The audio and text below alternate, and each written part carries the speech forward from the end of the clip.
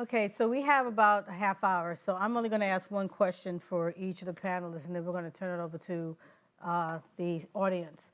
So, Ambassador Goodby, looking at the idea of the joint enterprise, and I'm happy to see the reference to the nuclear security summits, which I worked on very closely for the 4 summits.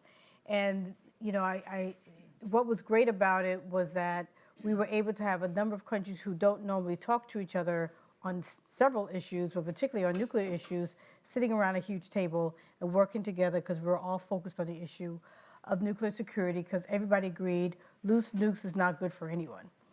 So you had Israel, Pakistan, India, all there. You know, the P5 was there. Azerbaijan, Armenia, who tended to try to fight regardless of how much we didn't want them to. So you had everyone around the table. But the one thing that was a challenge was as soon as it creeped into anything on nuclear disarmament, we had to stop it. Because everybody recognized that that issue would be the issue that would destroy the ability of everyone to sit around the table.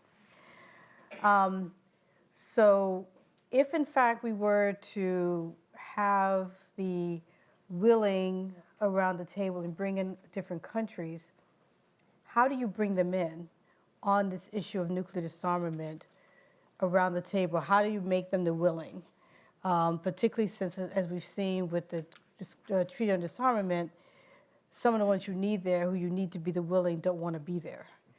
So I just wonder if you had a response to that. Well, I think that the answer probably lies in the fact that there have been a number of them that have signed on to the ban treaty, which supposedly would indicate their willingness to think about a world without nuclear weapons. But the point is that if they want to have a more secure world, they have to encourage those countries that have nuclear weapons to give them up, or at least reduce them. And that means you get into a bargaining situation. You get into a situation where the non-nuclear weapon states need something from the nuclear weapon states, and getting to talk about how you reduce the threat, I think, is the way you do it. It's just a negotiation like most others. And Jonathan, what happens if the nuclear weapon states, as recognized under the treaty, and the states that have nuclear weapons, the 5 nuclear weapon states recognized under the non-proliferation treaty, and the other countries that have nuclear weapons, what if they never sign the Treaty on Disarmament? What happens? Well, they've signed the 5 of them, the United States, Russia, France, the UK, and China have signed the Nuclear Non-Proliferation Treaty, which obligates them to negotiate the elimination of nuclear weapons in good faith. And they have set forth in 2000 and 2010 a set of commitments to actually move in that direction. So it's not a big leap for them to actually move in that direction. They already have the template for doing that. So I don't think they necessarily have to do the ban treaty, but if they start fulfilling those commitments, then the world changes. Then the world changes, because those commitments affirm the rule of law. They don't impair any country's national security interests, and they make the world safer. Those are reasonable things to do. And yet, because of this ideological trap that our military is in, of on the one hand, pursuing military advantage at all costs, the diplomats who are claiming the importance of strategic stability are in incoherence, and nothing's getting done. It's very interesting in the debates about the ban treaty, the United States and Russia come together in this incredible sense of unity. It really, and at the NPT conferences, you've seen this because you were in the State Department. The nuclear weapon states come and extol the virtues of having nuclear weapons and how they're keeping the world safe by having them. And they actually had the audacity to say that, I had a debate with Chris Ford, from the administration at the UN, the audacity to say that the ban treaty impairs strategic stability. And I pointed out that I thought that the modernization of the arsenal and the commitment to spend over $1 trillion on the arsenal had more of a deleterious effect on strategic stability, stimulating a new arms race. I mean, it's a preposterous intellectual argument. It's a preposterous moral argument. The only argument is we can do it because you haven't built the political will amongst the population, because you haven't made the moral imperative present in the lives of the population. That's why they get away with it. Okay, so I'm going to see who wants to ask questions of our great panelists. Yes?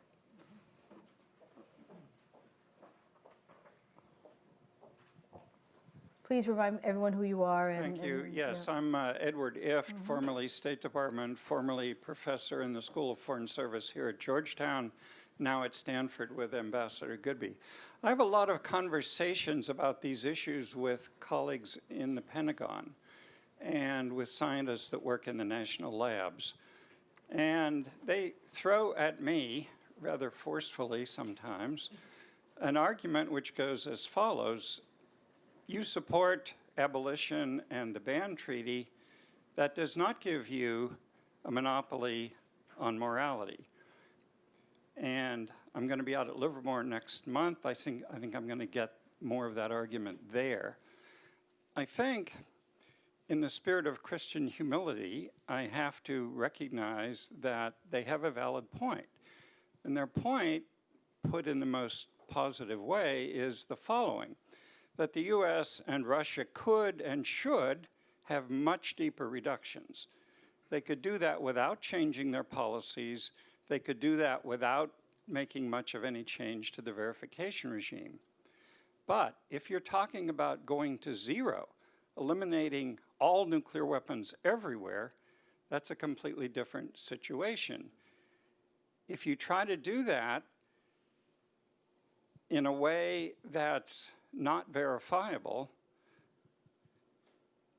and not agreed among everyone, you may actually increase the risk that nuclear weapons would be used, which would be a moral catastrophe of the highest order, of course. So I think that is a valid point. What does that mean? It means that we need to identify what are the conditions under which we can go to zero, and how do we go about creating them. The point is that those conditions do not exist today. The Four Horsemen made that point. The so-called Congressional Commission, the Perry-Schlesinger Commission, made the same point. So groups like ours, which are committed to going to zero, need to put more energy into identifying what are the conditions, technical and political, and set about trying to create them. That is a major goal of the joint enterprise described by Ambassador Goodby. It's also, I think, a goal of the State Department's SAND initiative, which you've already heard about. So that's my message, that it's not enough to just advocate to go to zero. We must also create the conditions which make it possible to do that safely. And I assume that also means that we're looking at the conditions are going to be the international conditions, not just the ones between U.S. and Russia, of course. It's going to be, which makes it, of course, a little more complicated. But it's a good point about what are the right conditions. Do you want to? Yes, I do. We heard from Professor Koplow, who, by the way, was deputy counsel at the Defense Department for many years, so he's experienced on that side of the equation, the importance of the adage pacta sunt servanda, which, by the way, the Holy Father used in his speech in, I think it was 2014, means promises must be kept. And I think that the steps that the United States and Russia have already agreed to do help create those conditions. And that's why I didn't talk about leapfrogging to zero with the same world that we have today. I think it's important to note that the steps that were committed in the Nuclear Non-Proliferation Treaty, by their nature, reinforce verification, reinforce trust, and reinforce, most importantly, the tool that I think we need more than anything is respect for the rule of law. And if we walk away from promises under treaties and we treat treaties like real estate, like real estate deals, rather than the supreme law of the land, we undermine the most important condition. I would also say that the fact, and the Holy Father has pointed this out in several of his presentations, the fact that there are a series of existential threats that require a new realism, protecting the oceans, the phytoplankton that we all breathe, protecting the rainforests, etc. These are existential to human survival, and they require global cooperation. And they're real security issues. Nuclear weapons are based on myths. You can't measure strategic stability, and you can't measure the benefit of military advantage. It didn't prove successful in Vietnam or Afghanistan. But you can measure the health of the oceans. You can measure the health of the climate. You can measure the elimination of poverty. You can measure the water table. And I think changing the framework of what is realism and what is myth would be a big, big change. And by the way, I definitely agree with those military people who say we could go down to fairly low numbers without changing deterrence policy, without very much of a change. But I think that by doing that, we would be changing the conditions for the positive. Yeah, I agree with everything my friend said, but I would add that I think Marianne Love was exactly right when she said you can't just do nuclear weapons, you have to do the people part of it as well. And that is exactly what we've been saying for quite a long time now, namely that there has to be a global commons. This is George Shultz's one of his favorite words. And I do think that progress in nuclear weapons, over which governments have a lot of control, should help in the other side of the equation. That is to say, you should be able to build trust that way. Yeah. The other thing is you have to talk about the interdependence, as Pope Francis has done. That's right.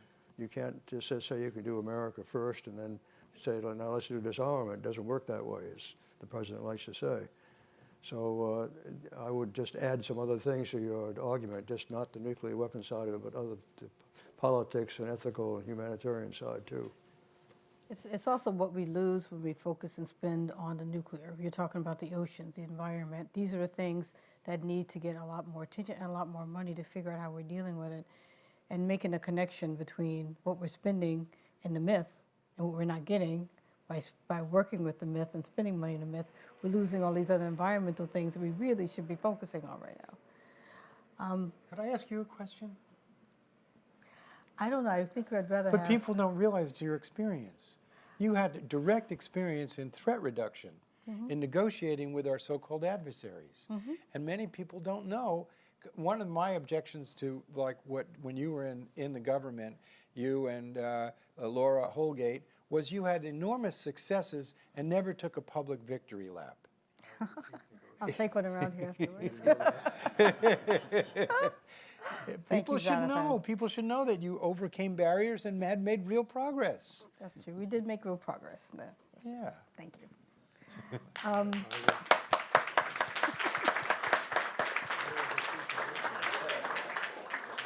Let's put my glasses on. Was it? Yes, right there.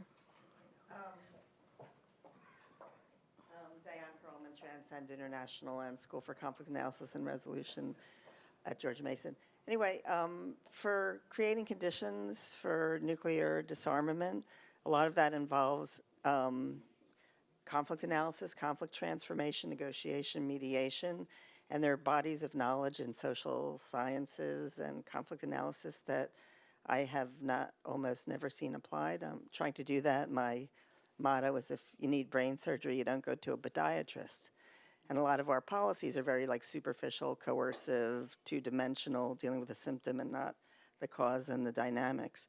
So question about that. One is, do you know what CEND is? I mean, I asked Chris Ford also, like if people could go to this, and they said, no, it's just the countries. Like, I know they had a meeting, I think, last summer. I don't know what happened. I don't know what they're doing. I don't know what methods they're applying to like reducing tension, dealing with the underlying relationships. And also, I was with Jonathan at the Nuclear Weapon-Free Zone in the Middle East conference. We didn't get to, Jonathan knows more depths about it than I do.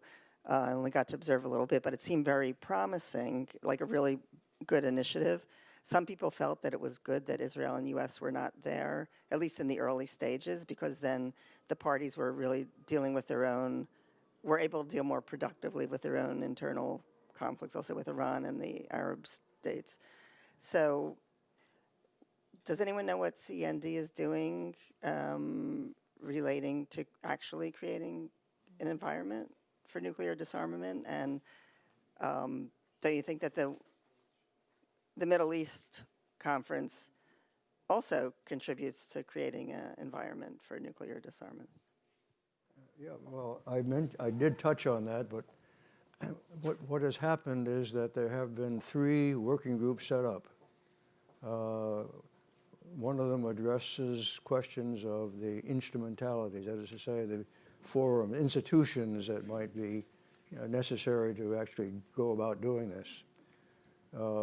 One has to do with creating the political conditions, that is to say, the economic and political side of things. And there's a third one, I can't remember what the topic is, but each one of those is chaired by 2 countries. We chair the one that has to do with institutions, as I recall, jointly with, I think, South Korea. The Dutch are involved in another one. I'm sorry I didn't bring all the data on that, but they have been having discussions that were reported in Wilton Park in November, and you can actually find some things about that on the internet if you look under state.gov. And I thought the results were fairly encouraging because they actually did talk serious things. And I think despite whatever the purpose may have been of this idea originally, and there were a lot of cynics that thought it basically had to do with distracting the nuclear proliferation treaty, non-proliferation treaty review conference. But I think it actually has been doing some useful things. But as I said, you have to stop talking at some point and begin to say, okay, so what do we do about this? And that's the other thing I'd like to see done, either at this summit meeting that I talked about or in a separate meeting that could be organized at the summit meeting. There are 42 countries, including all of the P5. Yeah, 42 countries included, right. Mm-hmm. Was there another question over here? Okay, yes. Hi, I'm Peter Metz. I'm an interloper here. I'm an advocate. I don't have professional expertise in this area at all, except that 3 years ago I decided, as a retired engineer, that what I wanted to work on was something that really mattered, and of the 3 world crisis issues, I chose nuclear disarmament. I'm still learning a lot. I don't have Jonathan's eloquence, but he's shared a lot of good things with me, which I appreciate. Some of you heard me speak about my experience last year at the Nobel Peace Laureates Summit in Mexico, where I just had the inspiration of hearing Willem de Klerk declare what I think is just absolutely important, and some of you have talked about it. We must arouse the people. But he didn't talk about it as a mandate, or he didn't talk about it in fancy language or anything else. He slapped his hand on the table and he said, we must arouse the people. And I think we're neglecting that here. Okay, we've had some talk about creating a mandate. I guess I want to argue, and then I want the panel to critique my simplistic thinking, okay, please. I want to argue that we should be very careful not to make this too complex, not to get mired in the details, not to let the perfect be the enemy of the good. The good is that we want an end to the threat of nuclear war. We want an end to the possibility of creating not nuclear winter. What a euphemism. It's nuclear ice age. That's the forecast from these studies that show what will happen.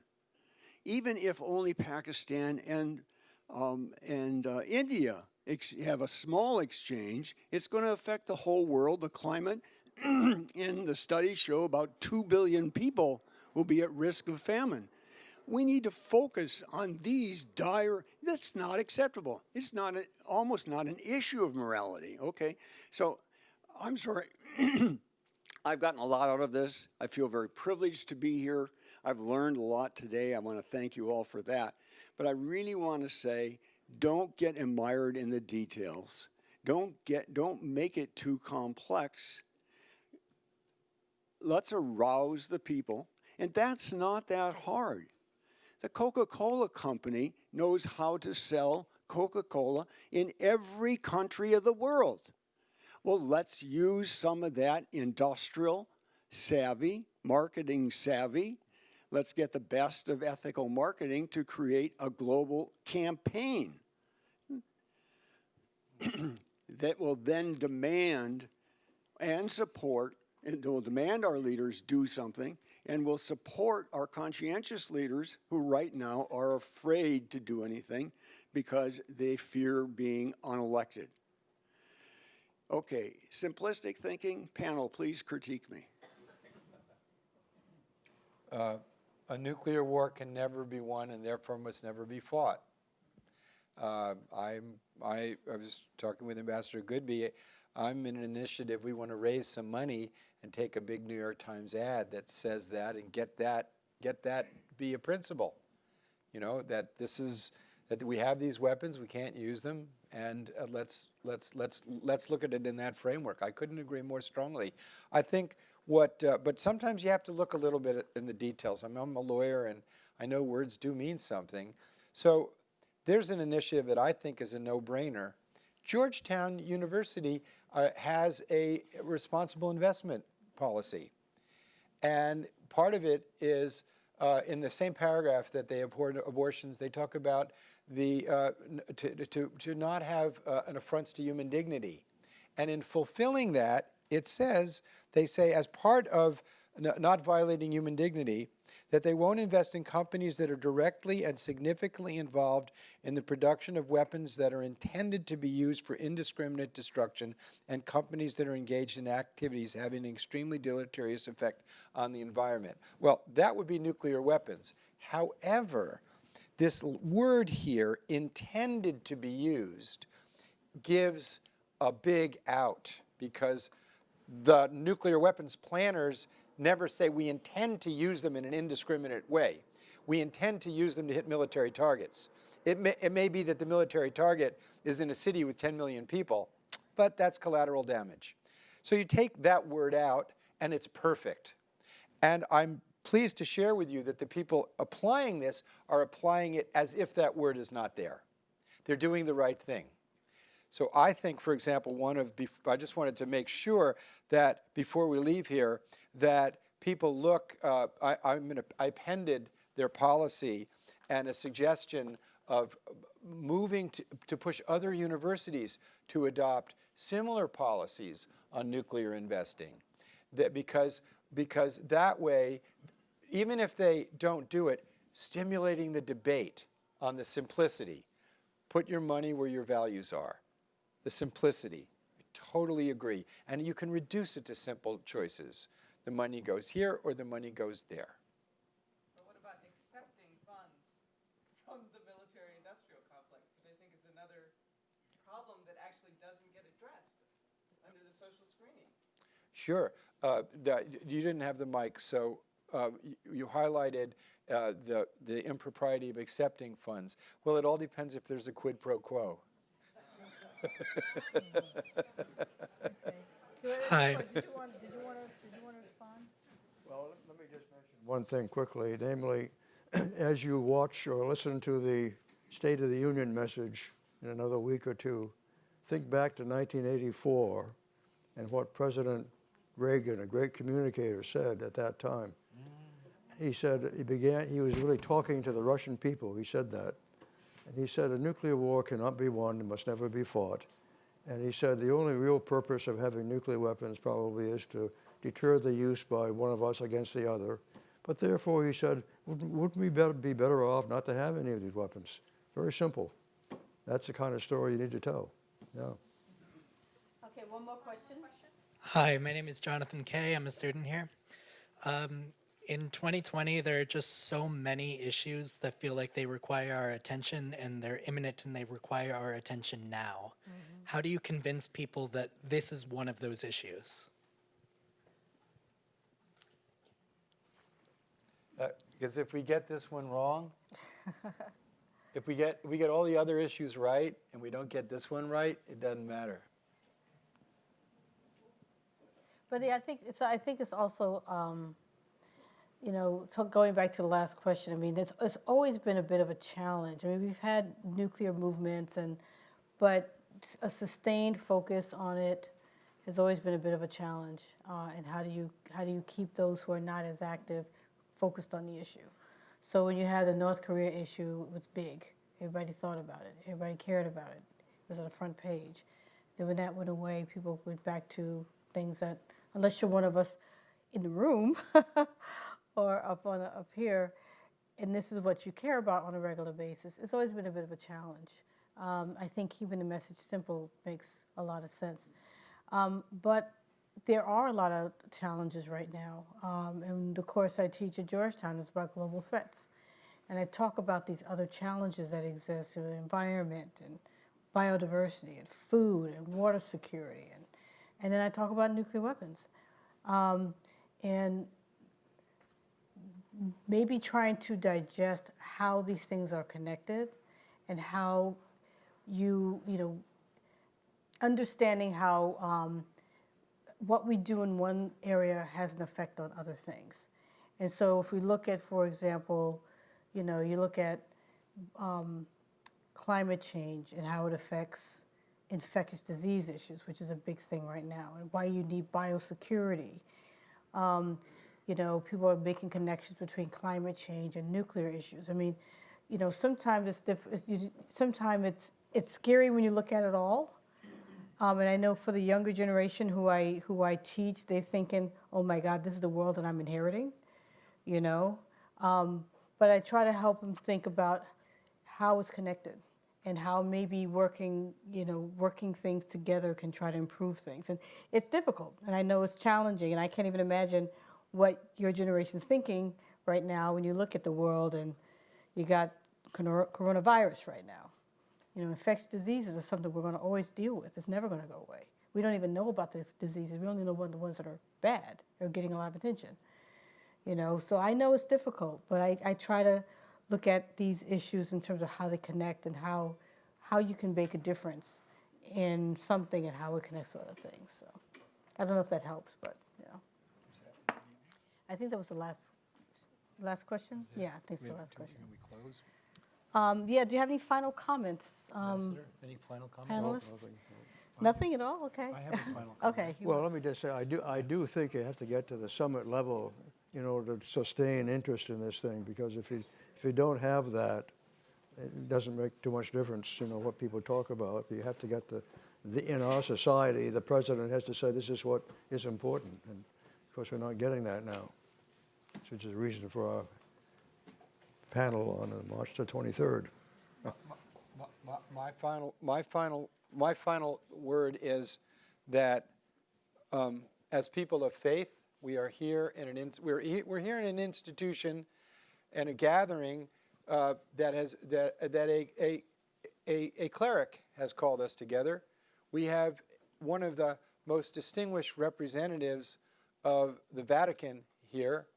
We have people of multiple faith traditions in the room, but we have not really collectively invoked the power of the divine to shine its light on this issue. And that's a secret endeavor that takes place in the depths of the heart. And I would just remind all of us that prayer is powerful and that this issue demands the highest power of all. And the great blessing of being a human being is that it's our job to bring the divine power into action in our lives, in our time, and not to be questioned, have doubt, but to have confidence that God made us so that we would serve him. May that be so.